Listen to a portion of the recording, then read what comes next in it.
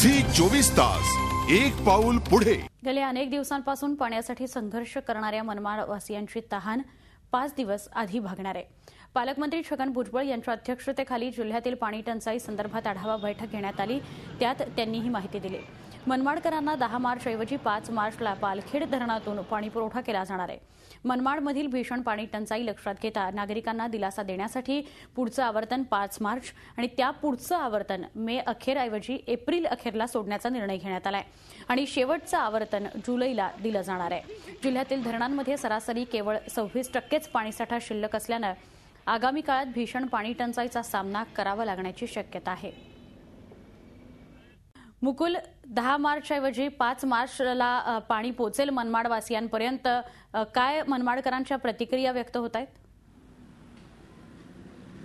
सुवर्ण, आपण मनमाडकरांचा पाणी प्रश्न सातत्याने लावून धरला होता। त्यांची आंदोलन असो किंवा त्यांची मागणी असो, ही शासन दरबारी पोहोचवण्याचा आपण पुरेपूर प्रयत्न केला आणि त्यातून कुठेतरी फलनिष्पत्ती म्हणून 5 दिवस का होईना पण मनमाडकरांना आधी पाणी मिळणार आहे।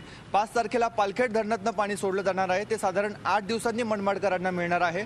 परंतु हे जे पाणी जाणार आहे, डिसेंबर महिन्यामध्ये पाणी सोडलं होतं त्यावेळेस जी पाणी गळती समजली जात होती ती गृहीत धरली होती 50 ते 60%। परंतु यंदा वातावरण जरा जास्त तप्त झालेलं आहे, उन्हाळा भेडसावू लागलेला आहे, त्यामुळे 60 ते 70% प्रमाणामध्ये पाणी गळती ही गृहीत धरली जाणार आहे। त्यामुळे जरी मनमाडकरांना पाणी सोडलं गेलं तरी ते गळतीमुळे जे लॉसेस येणार आहेत त्यामुळे ते किती मिळणार याकडे प्रशासनानं गांभीर्यानं लक्ष देण्याची गरज आहे।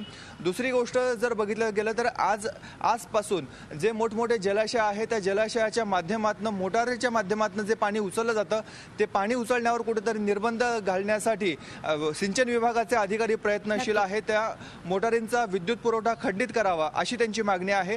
दुसरीकडे आजपासूनच पालकमंत्री हे तालुक्याच्या दौऱ्यावर जाणार आहेत। नक्की आपला मुद्दा लक्षात आला। आपल्याकडनं अधिक माहिती आम्ही घेत राहू। मुकुल, तुर्तास धन्यवाद आपण माहिती दिल्याबद्दल। 2 मुद्दे, एक तर जो झी 24 तास एक पाऊल पुढे।